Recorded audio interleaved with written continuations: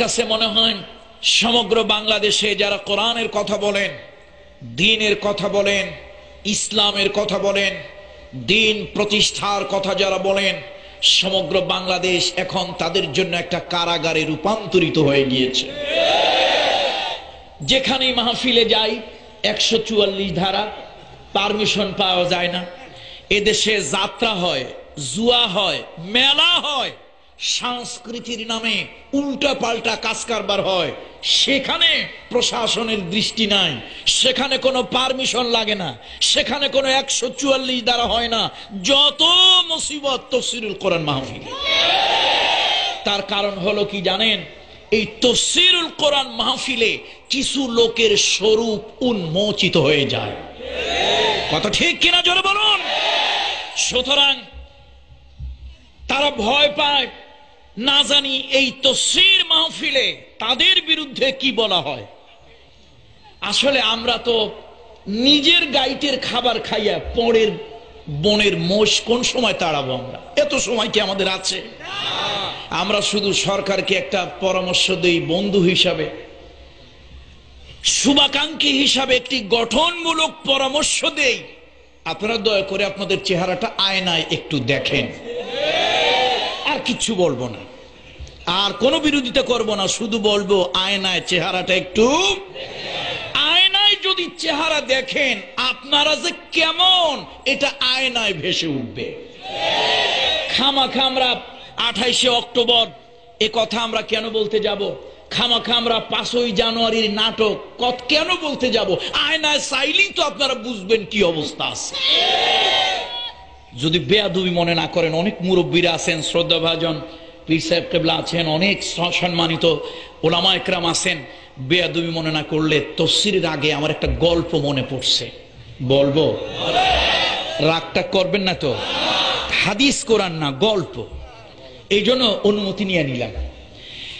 গল্পটা হলো ব্রিটিশ পিরিয়ডের কথা। তখন দেশে কোনো আয়না ছিল না। কি ছিল না? আয়না যেহেতু নাই, মানুষ নিজের ওইরকম পরিষ্কার করে দেখতে পারতো না। ওই পানির সামনে দাঁড়ালে কিন্তু প্রতিচ্ছবি পানির ভিতরে ভাসতো, ওইটাই মানুষ দেখতো। তো এক ভদ্রলোক ঘুরতে গেছে, বেড়াতে গেছে, বিনোদনে আনন্দ যাত্রায় গেছে চীন দেশে। চীন দেশে এক বাজারে গিয়ে অবাক হয়ে গেছে, হতবাক হয়ে গেছে বেচারা ভদ্রলোক। এক দোকানে ঢুকে দেখে তার বাপ, 25 বছর আগে বাপ মারা গেল, এই দোকানের ভিতরে আমার বাপ আসলো কিভাবে? এখন দোকানদারে ধরছে, ভাই তুমি আমার বাপের পাইলা কই? দোকানদার কয়, বেটা হাদারাম, তোরই তো জিন্দেগিতে 14 গোষ্ঠীতে দেখি নাই, তোর বাবারে পাবো কোথা থেকে?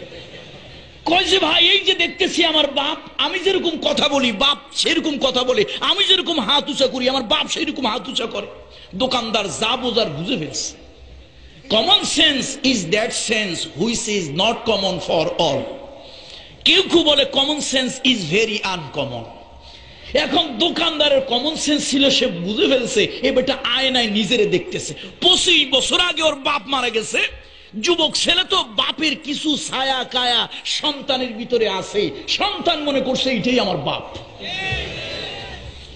এখন দোকানদার কয়, যাক এতদিন পরে একটা সিডিয়া পাইছি। কি পাইছি? সিডিয়া, বোঝেন তো? সিডিয়া পাইছি এতদিন পরে একটা। বললো তোমার বাপকে অনেক কষ্ট করে সংরক্ষণ করেছে। কয় যে এটা কত দাম? দোকানদার চিন্তা করলো অন্তত 10 আয়নার দামই এক জায়গায় রাখতে হবে। বড় একটা দাম হাঁকালো, অনেক অনুনয় বিনয় করে লোকটা তার বাপের কিনে নিয়ে গেল।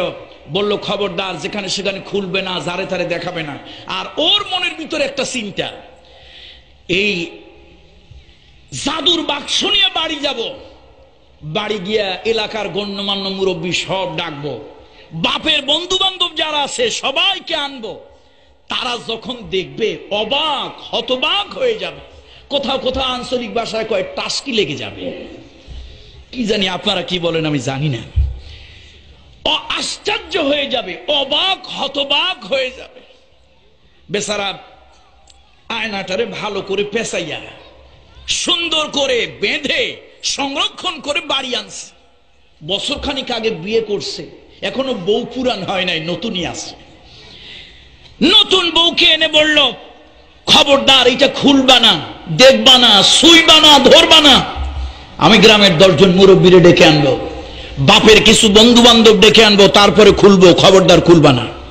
এখন মেয়ে মানুষ তো কৌতূহলটা একটু বেশি, চিন্তা করলো জিনিসটা কি, আছে কি, ভিতরে রাখছে কি, কেন নিষেধ করলো। আর মানুষের একটা হিউম্যান হ্যাবিট, মানুষকে যদি কোনো বিষয় নিষেধ করা হয়, নিষিদ্ধ বিষয়ের প্রতি মানুষের কিউরিসিটি, কৌতূহল, আগ্রহ বাড়ে। এখন বউ চিন্তা করে, আনলো কি, জিনিস কি, গেল চীন দেশে, রাখলো কি ভিতরে। মহিলা আস্তে আস্তে স্বামীর ভয়ে আস্তে আস্তে খুলছে, খুলে যেই না উপরের আবরণটা সরাইছে, সরাইয়া জোরে একটা চিৎকার দিছে, আরে সর্বনাশ, আমার কপাল তো ভাঙছে, আমার কপাল পড়ছে। শাশুড়ি জিজ্ঞেস করলো, বৌমা কি হয়েছে? বলে, আম্মা আপনার ছেলে বিনোদনের নাম করে, ঘুরতে যাওয়ার নাম করে চীন দেশে গেল। আহারে আম্মা, সেখানে গিয়া একটা যুবতী মহিলারে বিয়ে করে নিয়ে আসছে, তাও আবার বিয়ে করে খুব গোপনে সংরক্ষণ করে ভিতরে রাখছে। এখন মা খুব দুঃখ পাইল, 25 বছর আগে তোর বাপ মারা গেল, এত কষ্ট করে ছেলে তোরে লালন পালন করলাম, এরকম একটা বিয়ে করলি, আমি মা, দুনিয়ার কাউরে না জানাইলি, আমারে তো জানাইতে পারতি, এরকম একটা কাজ করলো। আহারে, মার মন তো খুব কষ্ট পেল, মা কতক্ষণ কাঁদলো, তারপরে চিন্তা করলো, আচ্ছা কেমন বউ বিয়ে করছে, একটু দেখি না বউটা কেমন। তারপরে মা তার কৌতূহল আর দমাতে পারলো না, ওই আয়নার কাছে গিয়া উপরের আবরণটা যেই না সরাইছে, আহ বলে চিৎকার দিয়ে বেহুশ হয়ে গেছে। মাথায় পানি টানি দিয়ে হুশ করা হলো। এখন বউ জিজ্ঞেস করে, আম্মা আপনি আহ বলে বেহুশ হইলেন কেন? কয় যে, বাবারে ছেলে বিয়ে করে একটা অন্যায় করছে, এই জন্য। তো বিয়ে করছে ছেলে মানুষ, 4টা পর্যন্ত শরীয়তে জায়েজ আছে, করছিল, দুঃখ নয়। দুঃখ হলো আমার মতো চুল পাকা দাঁত ছাড়া একটা বুড়া মহিলার কেন বিয়ে করবে? আচ্ছা ব্যাপারটা কি আপনারা বলেন তো? আর ব্যাপারটা কি? ব্যাপার কিচ্ছু না, হাসাহাসির কিচ্ছু না, এখানে ব্যাপার হলো আয়না। ব্যাপারটা কি? একেবারে সিম্পল একটা ব্যাপার। ব্যাপারটা নাম হলো আয়না। এমন একটা জিনিস, এর সামনে যেই দাঁড়ায় তার প্রতিচ্ছবি আয়নায়। সুতরাং এই সরকার তাফসীর মাহফিল বন্ধ করে দেয়, এই সরকার আলেম ওলামাদেরকে জেলে ঢুকায়, এই সরকার কাদের মোল্লাকে কাদের কসাই বানায়া ফাঁসির রশিতে ঝুলায়। আমরা সরকারের কোনো বিরোধিতা করতে চাই না, শুধু সরকারকে বলি, আয়নার সামনে নিজের চরিত্রটা আর চেহারাটা দেখো। আমার মনে হয় আয়নায় যদি তোমরা দেখো, ফিরআউনকে, নমরুদকে তোমরা হার মানিয়ে তার থেকেও নিচে নেমে গিয়েছো। আমার ভাইরা, আমার বন্ধুরা, অত্যন্ত দুঃখের সাথে বলতে হয়, এই বাংলাদেশের একটা ছেলে এভারেস্ট বিজয় করলো, কি জানো নাম? মুসা ইব্রাহিম। মুসা ইব্রাহিম এভারেস্ট বিজয় করলেন, তারে নিয়ে কি বাড়াবাড়ি, মাতামাতি, লাফালাফি। আচ্ছা ঠিক আছে, ভালো কথা, পাহাড় বিজয় করছে, তারে নিয়ে খুব বেশি বাড়াবাড়ি করলেন। 2 আলেম ওলামা, পীর বুজুর্গ, মাশায়েখ ডাক দিতেন, তারাও গিয়ে অন্তত সূরা ফাতিহা পড়ে, আয়াতুল কুরসি পড়ে একটু ফু দিয়ে আসতো, পারতো না? দুর্ভাগ্য এই সরকারের জন্য। মুসা ইব্রাহিম পাহাড় বিজয় করলো, তার জন্য মিডিয়াগুলি অস্থির হয়ে গেল। সরকারের ঊর্ধ্বতন কর্মকর্তা কর্মচারীরা তাকে সেলিব্রেট করলো, স্বাগত জানালো, ফুলের মালা, ফুলের তোড়া দিল।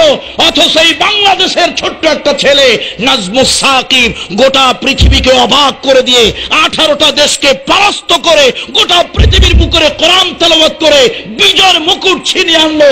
এই নাস্তিক মুরতাদ সরকারের একটা বেয়াদবতাকে সম্বর্ধনা জানাতে পারেনি। তাহলে যেই সরকারের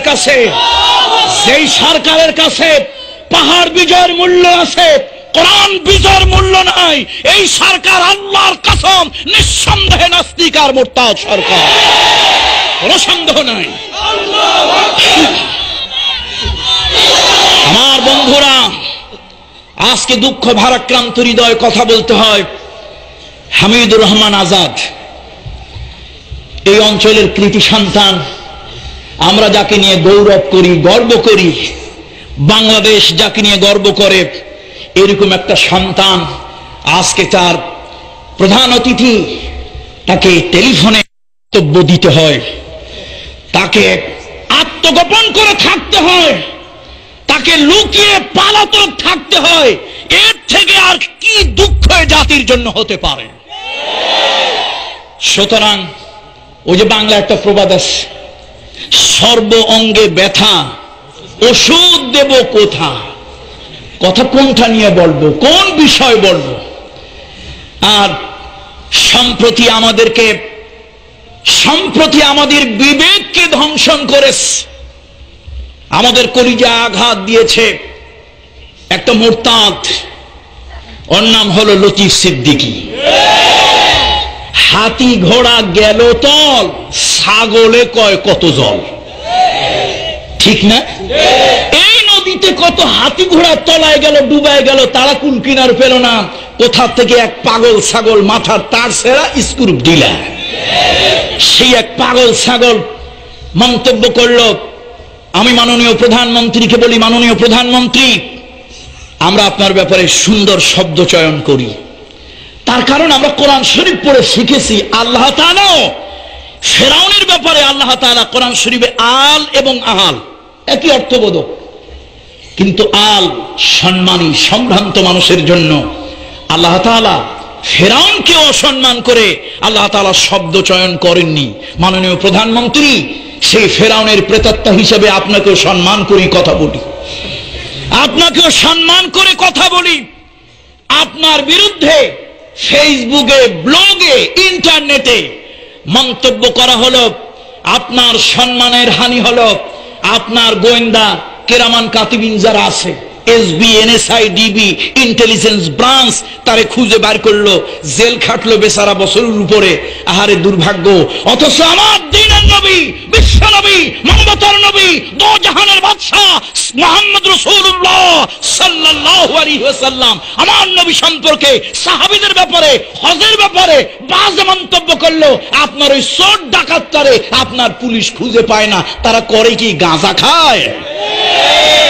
পুলিশ যদি চোখ বেঁধে কয়, চোর ভাই তোমারে আমি দেখি নাই, তাহলে জিন্দেগিতে তারে খুঁজে পাওয়ার সম্ভাবনা আছে? কি আজীব ব্যাপার, ওনারে খুঁজে পেলেন না, উনি আবার বীর দর্পে সশরীরে আদালতে গিয়ে হাজির হলেন। আদালতের বিচারক ওনাকে জামিন নাকচ করলেন। উনি আবার সম্মানী মানুষ, জেলের দরজা দিয়া মাথা নিচু করে ঢুকলে সম্মান পাঞ্চার হয়ে যাবে, এই জন্য ওনার মূল দরজা খুলে তারপরে ভিতরে ঢুকাতে হবে। এই জাতির সাথে প্রতারণা আর কত হবে আমি জানি না।